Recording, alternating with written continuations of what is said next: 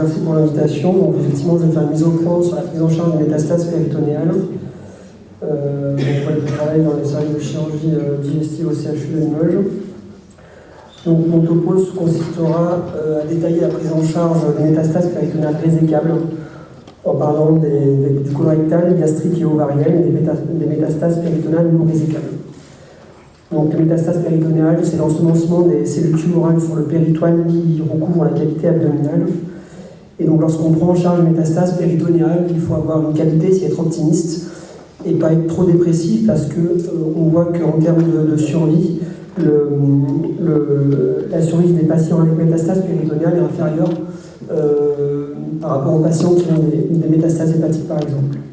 Donc, dans l'étude EvoCap, avant 90, les patients avaient une survie à 6 mois. Et dans les années 90-2000, il y a plusieurs chirurgiens internationaux et nationaux qui sont intéressés à ce sujet-là, et notamment à cette chirurgie.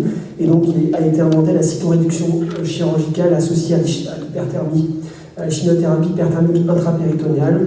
Et donc, dans notre centre, on a notre Sylvain national, qui est connu jusqu'à Lyon, hein, M. Pochon, et donc qui est chirurgien dans le service et qui gère les métastases péritonéales depuis plusieurs années. Et donc, grâce à ces gens, la survie a été modifiée chez les patients, et donc on est arrivé à un gain de 20 mois jusqu'à même 30 mois avec justement l'équipe d'Olivier Gléane de Lyon ou d'Elias à Paris. Et donc, jusqu'en 2018, les recommandations disaient toute carcinose péritonéale colique résécable, donc avec un score d'index de carcinose inférieur à 20, on pouvait leur faire une cytoréduction associée à une chimiothérapie hyperthermique intrapéritonéale, c'était les recommandations. Sauf qu'en 2018, on attendait 3 essais thérapeutiques, dont 2 français, et ça a été un peu la douche froide pour les équipes françaises. Donc il y a une diapo qui nous a sauvés dans tous les congrès internationaux, c'est l'équipe de France qui a gagné la Coupe du Monde en 2018, parce que dans la même année, il y a eu les résultats des 3 essais. Prodige 7, l'essai français qui a été négatif, Profilochip, l'essai français qui a été négatif, et Colopec, qui est un essai allemand qui était négatif également. Donc on va s'intéresser à l'essai Prodige 7, c'est les métastases péritonéales colorectales, 2 bras, chirurgie versus chirurgie seule versus chirurgie plus chimiothérapie hyperthermique intrapéritonéale. La drogue utilisée, c'est l'oxaliplatine, 360 ou 460 mg/m², associée à une hyperthermie, associée à du 5-FU pendant la chirurgie. D'accord ?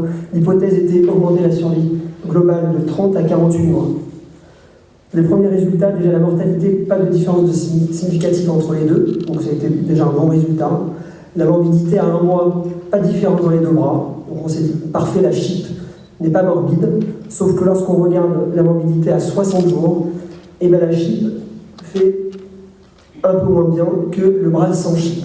Et donc là, c'était une balle dans le pied, d'autant plus qu'en termes de survie globale, il n'y a aucune différence dans les 2 bras, CHIP ou sans CHIP, donc 41 mois dans les 2 bras. Pour la survie sans récidive, pareil, aucune différence dans les 2 bras. Donc ça a été difficile à avaler, surtout pour l'équipe de Montpellier qui a présenté ses résultats à l'ASCO il y a 1 an. Et on a fait une analyse en sous-groupe par les essais thérapeutiques. Lorsqu'ils sont négatifs, on essaye de gratter un peu, de voir ce qui est positif. Donc en analyse de sous-groupe, il y avait un intérêt pour les patients qui avaient une carcinose péritonéale, disons intermédiaire, entre un BCI à 11 à 15. Et donc, de toute manière, on ne peut pas conclure pour cette étude-là, puisque c'est une analyse en sous-groupe.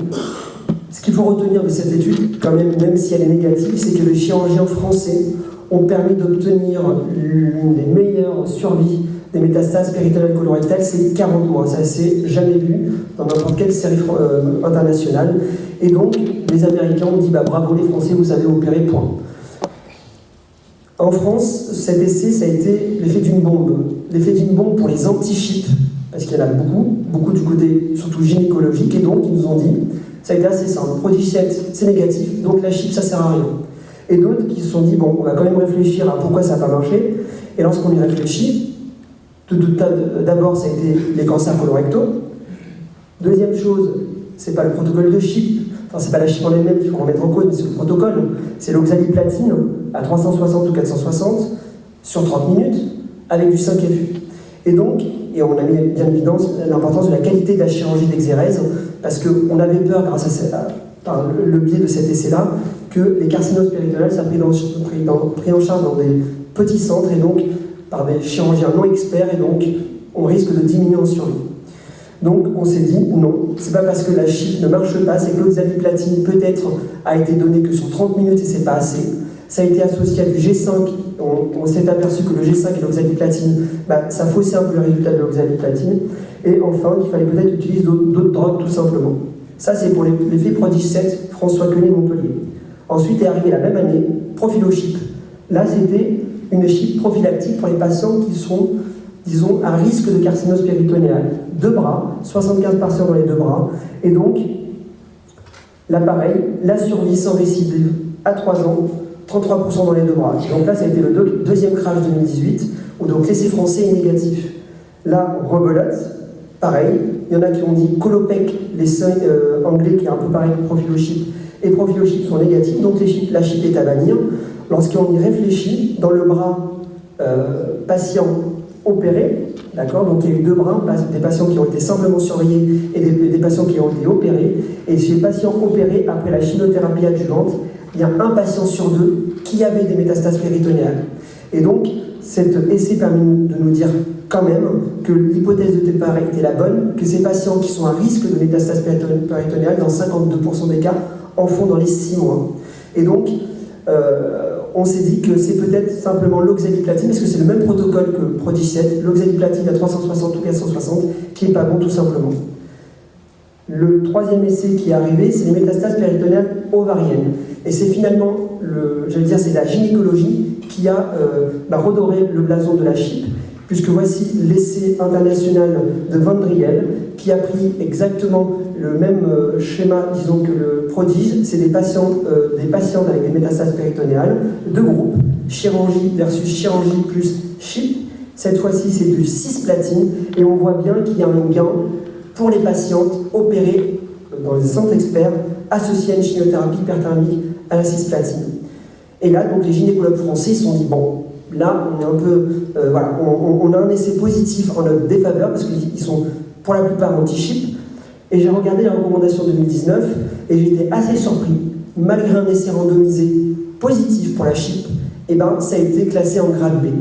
En grade B, pourquoi? Parce qu'ils disent que la toxicité dans le bras chip a été supérieure que dans le bras, parce qu'il y a une sélection des patientes qui étaient non résécables d'emblée, avec beaucoup d'une classification de carcinome ovarienne, c'est des CR2 haut grade, et enfin, que la survie était moins importante qu'attendue dans les 2 bras. Donc j'ai essayé de critiquer les choses. Toxicité dans les 2 bras était la même, c'était non significatif, donc c'est faux. La deuxième, c'était les patients ont été sélectionnés, oui, c'est vrai, mais autant pour ces patients pratiquer le protocole de Van Driel, et même ça, ils ne le proposent pas.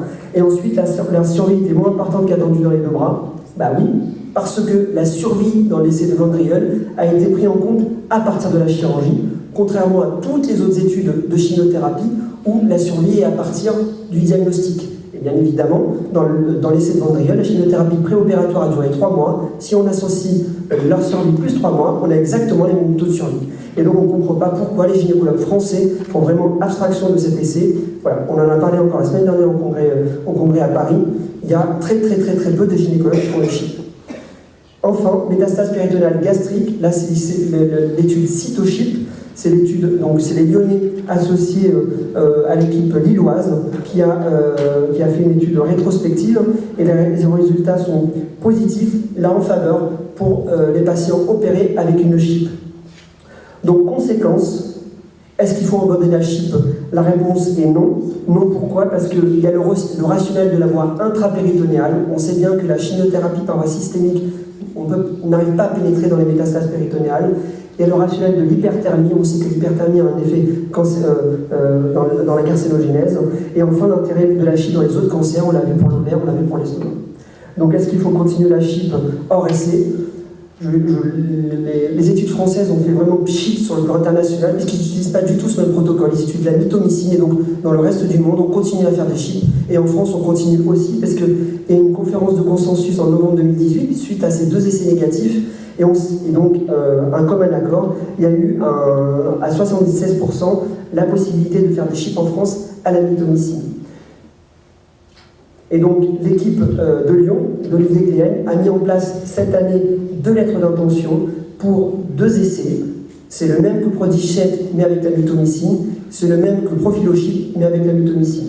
Donc, il faut continuer à nous envoyer les patients pour la cytoréduction et chip. Pour les métastases non résécables, donc c'est toutes les autres métastases péritonéales, pancréatiques, biliaires, ovariennes non résécables, coliques, gastriques non opérées. C'est un type de chimiothérapie, j'en avais parlé l'année dernière rapidement. C'est un injecteur relié directement au patient via une buse où on injecte directement la chimiothérapie à haute pression. Ça a été inventé en Allemagne en 2011. La première en France a été faite à Clermont et à Lyon en 2016. Le protocole que voici, c'est soit une chimiothérapie systémique par tous les 15 jours associée à une PIPAC, soit on fait la PIPAC seule toutes les 6 semaines. Et donc pendant ce geste-là, on fait que des biopsies pour regarder la réponse histologique toutes les 6 semaines. On ne fait aucun autre geste. C'est vraiment pour les patients non résécables et donc à but palliatif. Voici un résumé des indications actuelles dans les essais. L'ovaire, essai de Lyon qui est ouvert et donc on peut inclure les patients. L'essai de l'estomac, Paris avec Caricébio qui est ouvert. L'essai du côlon pour les Nantais qui est ouvert. L'essai du mésothéliome avec les Montpelliérains qui est ouvert. Malheureusement, la lettre d'intention pour les carcinoses biliaires défendue par Limoges a été rejetée et pour le pancréas défendu par Lyon a été rejetée aussi. Donc, les contre-indications de la PIPAC, c'est les risques de perforation, donc il ne faut pas faire ça chez les patients en occlusion, chez les patients en mauvais état général, avec beaucoup d'acide, pas faire de résection, il y a un risque de fistule, et enfin, avec des patients qui ont que des métastases péritonéales. Voici un exemple de réponse. Chez ces patients, il y a des résultats vraiment extraordinaires grâce à cette technique. On a des réponses histologiques qui sont complètes ou quasi complètes, et même des cas de patients qui étaient non résécables et qui sont passés du côté résécable. Il y a l'étude lyonnaise qui est sortie avec un taux de 10% de résécabilité. Donc voici la PIPAC, donc technique innovante prometteuse, et donc il faut envoyer les patients, même non résécables, à ces centres experts. Je vous remercie.